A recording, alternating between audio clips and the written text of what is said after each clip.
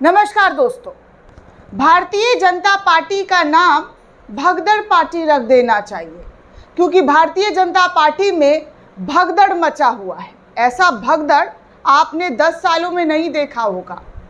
इन 10 सालों में आपने देखा होगा कि भारतीय जनता पार्टी के लोग किस तरीके से सीना ठोक कर कहते थे कि वो देश के सबसे बड़े, देश नहीं माफ़ कीजिएगा, विदेश में, दुनिया भर में सबसे बड़ी पार्टी अगर कोई है तो वो है भाजपाई पार्टी। लेकिन अब वही भाजपाई पार्टी में भगदड़ मचा हुआ है।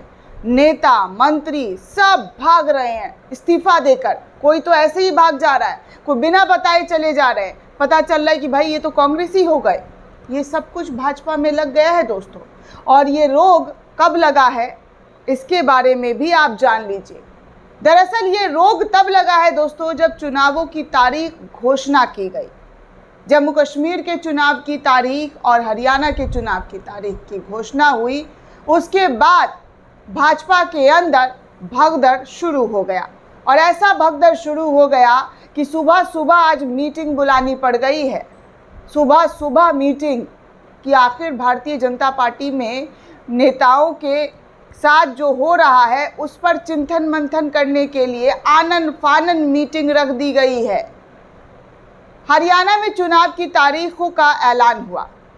उन तारीखों पर जो है दोस्तों चुनाव नहीं होगा, इसको लेकर भी ऐलान हुआ। फिर 4 तारीख का जो डेट है वो बढ़ा दिया गया। पहले 1 अक्टूबर था हरियाणा में चुनाव की तारीख, लेकिन चुनाव आयोग ने फिर आकर कहा कि भाई 4 तारीख को चुनाव होगा, क्योंकि यहाँ पर कोई समाज है, बिश्नोई समाज, कोई पूजा अर्चना है, जिस वजह से यहाँ पर जो है अच्छे से तसल्ली से जो है चुनाव नहीं हो पाएगा।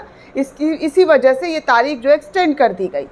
लब एक्सटेंशन के बाद दोस्तों इस तरीके से भगदड़ मच गया है सीट बंटवारे को लेकर कि मैं भी शॉक्ड हो गई हूँ कि चल क्या रहा है आखिर भाजपा में। इतनी बड़ी पार्टी, विश्वगुरु वाली पार्टी को लोग छोड़ कर भाग रहे हैं। लिस्ट आने की तैयारी लगातार चल रही थी हरियाणा के अंदर की कब लिस्ट आएगी, पहली लिस्ट कब आएगी। और कल रात, जी हाँ कल तड़के रात जो है लिस्ट आई। और उसके बाद लिस्ट आने के बाद जो खबर सामने आ रही है उस खबर को आप खुद देखिए। भास्कर की रिपोर्ट है। भास्कर की रिपोर्ट कहती है कि हरियाणा में लिस्ट आते ही बीजेपी में भगदड़, टिकट कटने से नाराज कई नेताओं ने पार्टी छोड़ दी है। रंजीत चौटाला ने तो कल सुबह मीटिंग भी बुला ली है। इस हद तक पार्टी के अंदर कलेश मचा हुआ है। कहा जा रहा है कि हरियाणा में विधानसभा चुनावों के लिए बीजेपी की पहली सूची जो है जारी होने के साथ पार्टी में भगदड़ मच गया है। भाजपा ने आज 67 उम्मीदवारों की लिस्ट जारी की थी। इस लिस्ट के जारी होने के कुछ ही मिनट में सोशल मीडिया पर एक के बाद एक पदाधिकारियों ने इस्तीफा देना शुरू कर दिया। रोहतक में महम से भाजपा के कैंडिडेट 2019 के कैंडिडेट रहे शमशेर सिंह खड़खड़ा ने इस्तीफा दिया। इसके साथ ही सोनीपत के जिला उपाध्यक्ष संजीव बलेचा ने पार्टी छोड़ दी। उसके बाद भाजपा किसान मोर्चा चरखी दादरी के जिला अध्यक्ष विकास उर्फ भल्ले चेयरमैन ने पार्टी को अलविदा कह दिया।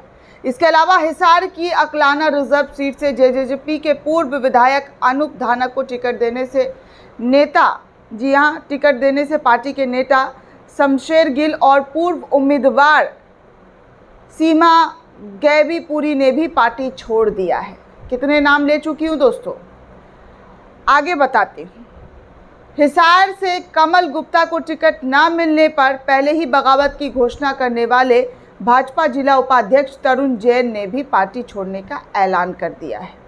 उन्होंने सुबह अपने निवास पर समर्थकों की एक बैठक बुला ली। वहीं सोनीपत से भाजपा के पूर्वांचल प्रकोष्ठ के प्रदेश सह संयोजक संजय ठेकेदार ने भी भाजपा को छोड़ दिया है।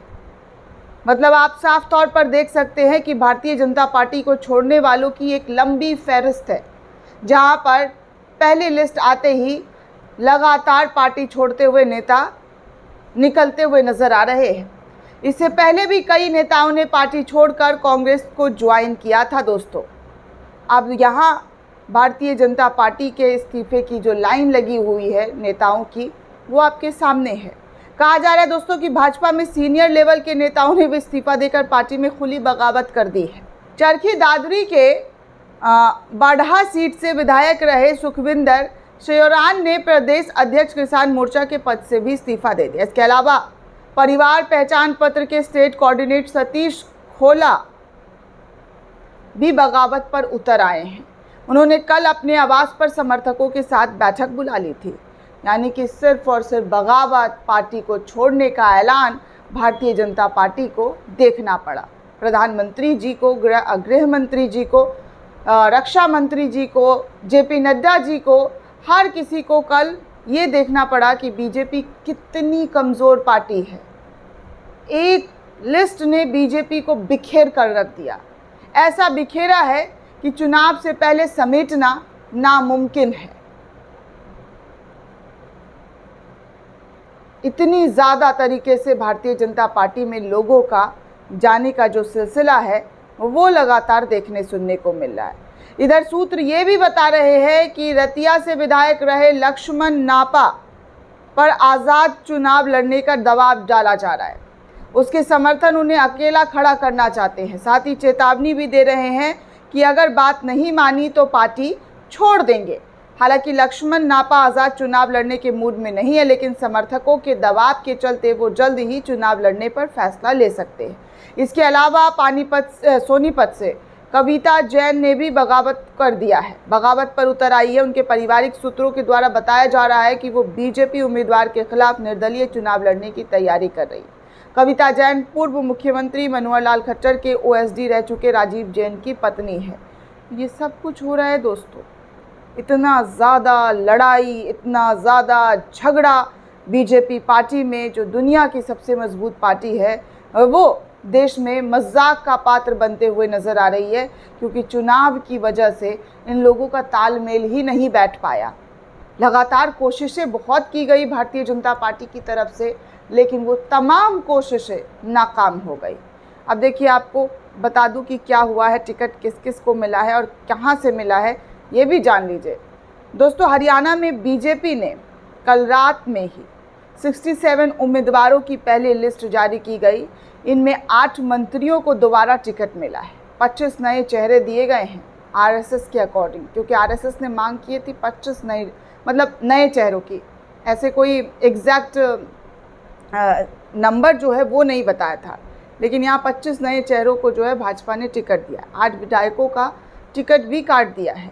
लिस्ट में 8 महिलाएं हैं। सीएम नायाब सैनी, जिनको कल तमाम जो प्रोग्राम है रद्द करके हरियाणा का दिल्ली बुलाया गया था, वो करनाल की जगह कुरुक्षेत्र की लाडवा सीट से चुनाव लड़ने वाले।